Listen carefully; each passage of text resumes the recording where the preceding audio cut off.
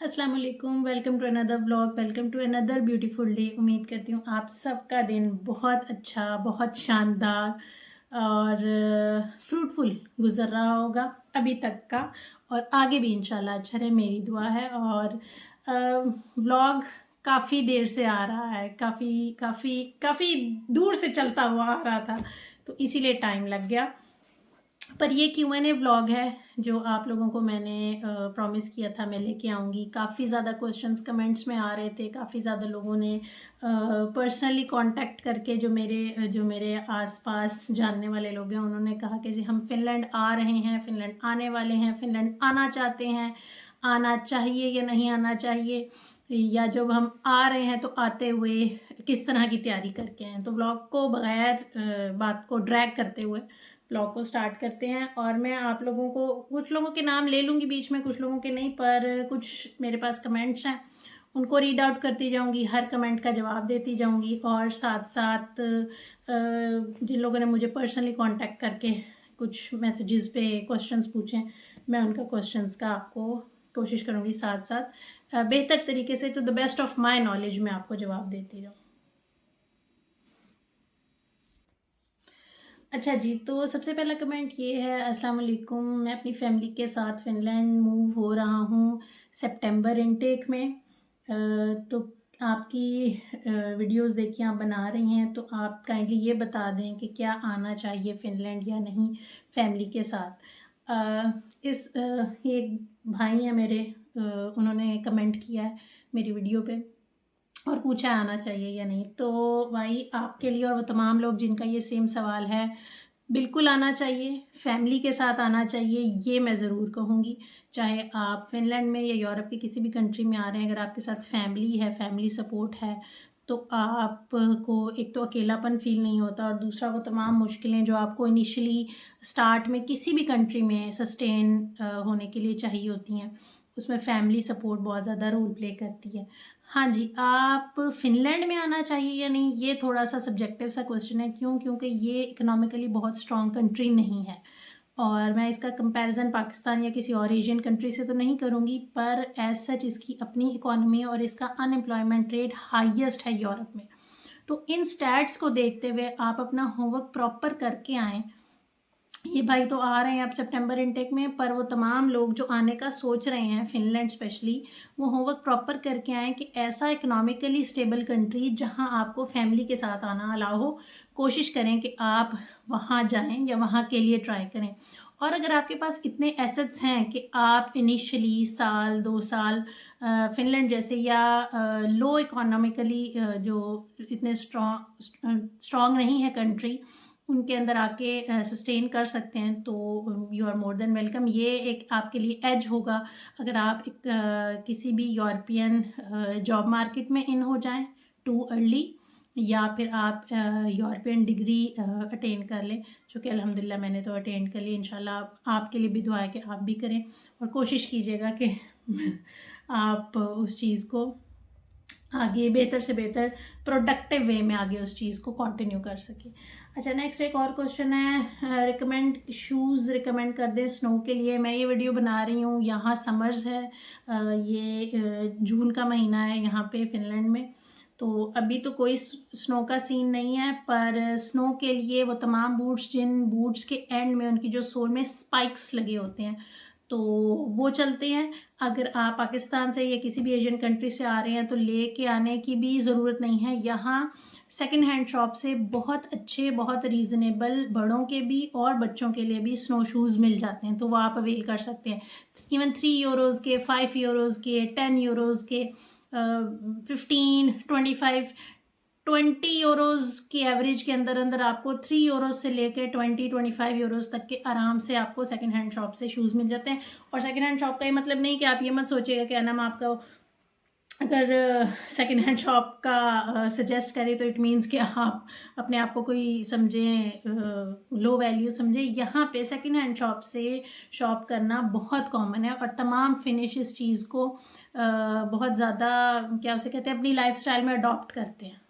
अच्छा, एक और कमेंट है, आपकी ऑनलाइन क्लासेस हैं, हाउ डू यू मैनेज? मैंने ऑनलाइन क्लासेस अल्हम्दुलिल्लाह बहुत अच्छे तरीके से ये कहूँगी क्योंकि रिज़ल्ट अच्छा आया है। उस टाइम बहुत टफ लगा था।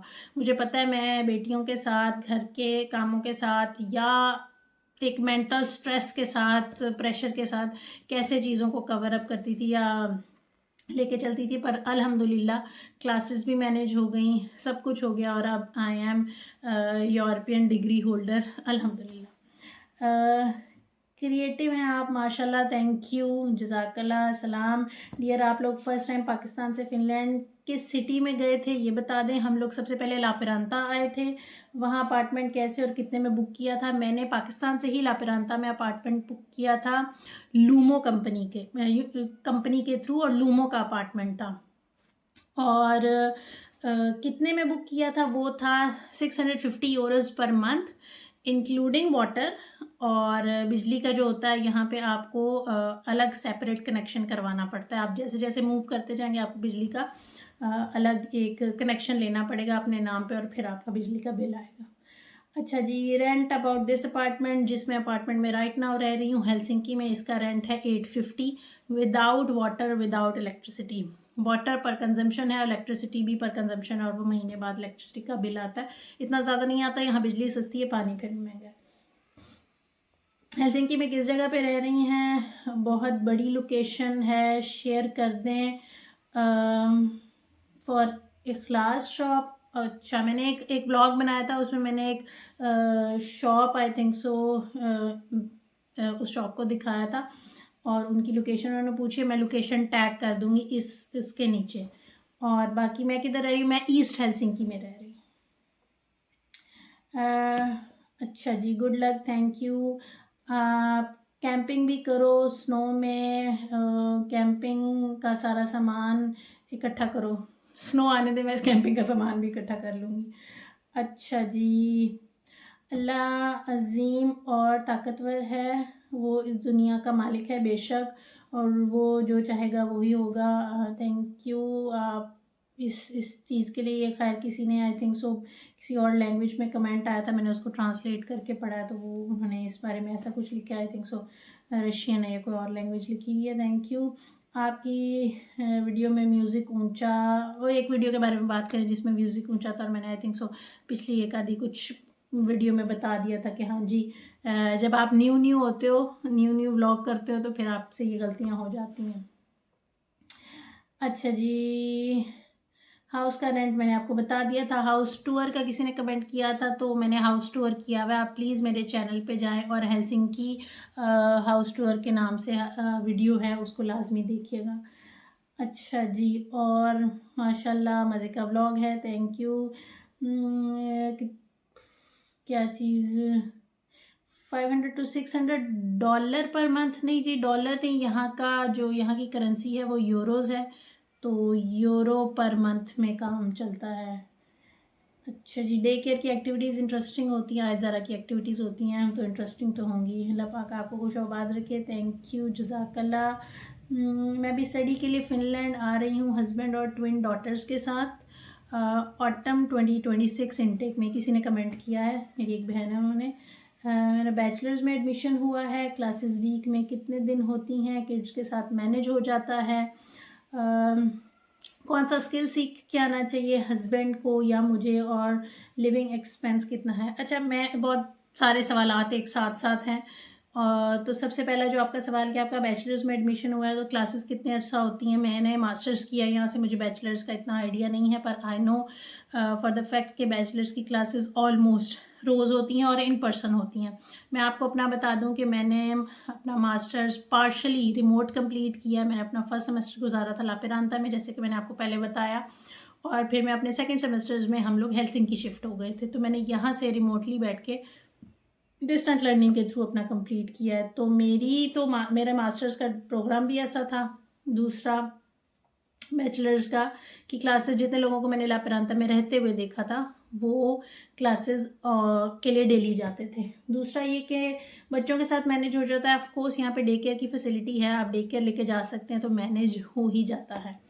और आपको या आपके हस्बैंड को कौन सा स्किल सीख के आना चाहिए। यहाँ पे मार्केट है या तो डिलीवरी की, या तो किचन हेल्पर की, कुक की, शेफ़ और कुक एक ही होता है, क्लीनर की, बार्बर की बहुत ज़्यादा है। तो आपको, आप या आपके हस्बैंड में से कोई भी जो स्किल अवेल कर सकें वो करके हैं। और लिविंग एक्सपेंस ऑलमोस्ट डिपेंड करता है आपके रेंट के ऊपर भी। और दूसरा, अगर मैं आपको सिर्फ ग्रॉसरी का कहूँ तो पीपल ऑफ 4 लाइक 500, अगर बहुत आप खुले तरीके से अगर कुछ खाना पीना करना चाहते हैं, 500 600 इतना आपका एक्सपेंस लग जाता है। फिर आप उसमें गाड़ी की कॉस्ट डालेंगी, अपने नेट के चार्जेस डालेंगी, या आपने ट्रैवल कर आपने कार्ड बनवाया है मेट्रो का या बस का, तो वो सारी चीज़ें भी इंक्लूड हो जाती हैं।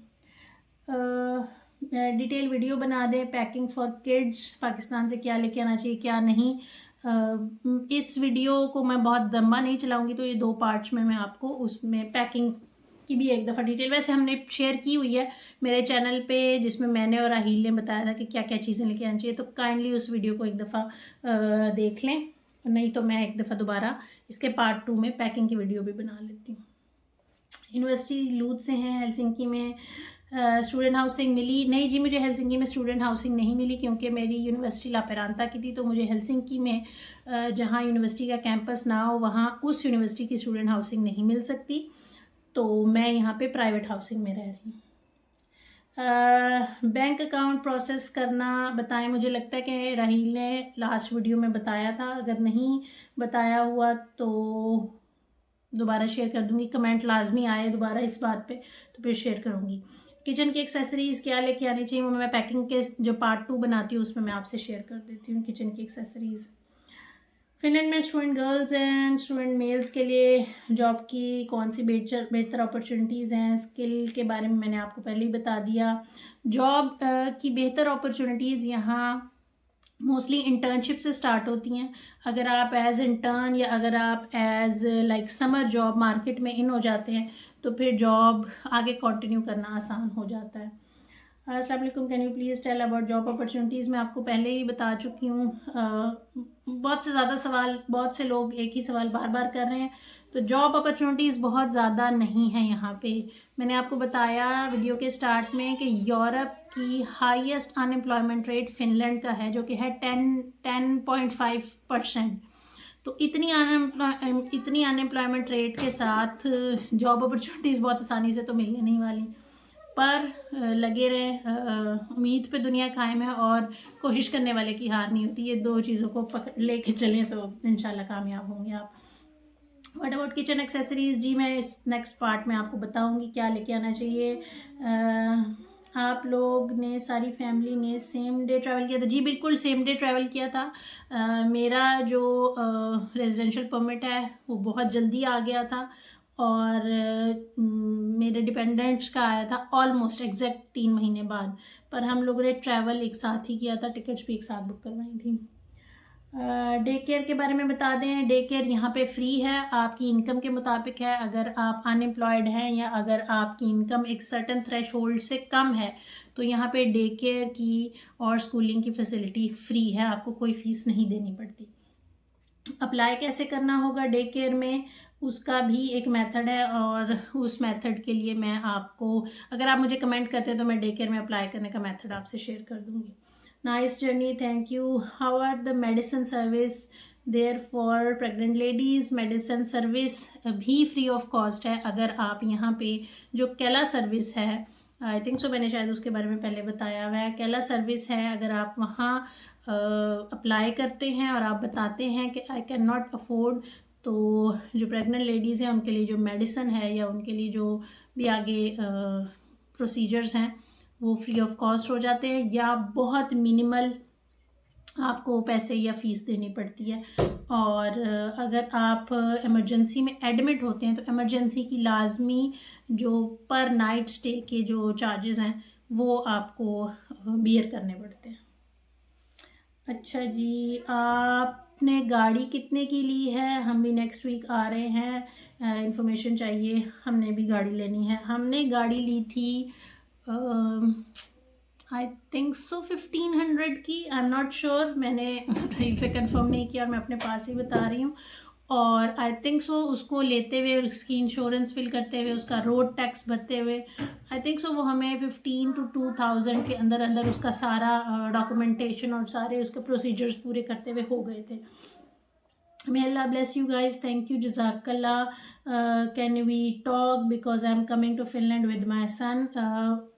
I don't know आप भाई हैं या बहन हैं, पर yes we can talk. आप मुझे कमेंट कर सकते हैं, मैं उनके कमेंट्स का जवाब वीडियोस के थ्रू दे सकती हूँ। तो ये हमारे बात करने का सबसे आसान तरीन तरीका होगा। क्यों? क्योंकि आप जो भी पूछना चाहेंगे मे बी वो मेजॉरिटी ऑफ लोगों के सवालात हों और उन सवालात की बेसिस पे और लोगों का भी भला हो जाएगा।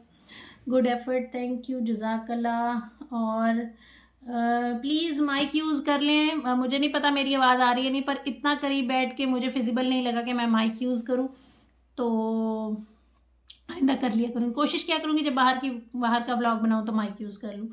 तो अच्छी सजेशन है, थैंक यू। अल्लाह आपको कामयाब करे, थैंक यू, जज़ाकल्लाह। और nice journey, thank you, good, thank you, जज़ाकल्लाह। जितने लोगों ने अप्रिशिएट किया, मैं वो एक एक वर्ड भी आपको बोल के सुना रही हूँ। और बाकी ये कि इसके नेक्स्ट पार्ट को मैं कंटिन्यू करती हूँ, जिसमें मैं आपको बच्चों के लिए क्या चीज़ें पैक करनी हैं, आपने घर के लिए क्या चीज़ें पैक करनी है, किचन के कौन से यूटेंसिल्स आपको पैक करने चाहिए, कौन से नहीं करने चाहिए, मसाले लेके आने हैं या नहीं, या आप ला सकते हैं या नहीं, और मेडिसिन लेके आनी है या नहीं, या आप ला सकते हैं या नहीं, इस सब का जवाब मैं आपको सेकंड पार्ट में देती हूँ।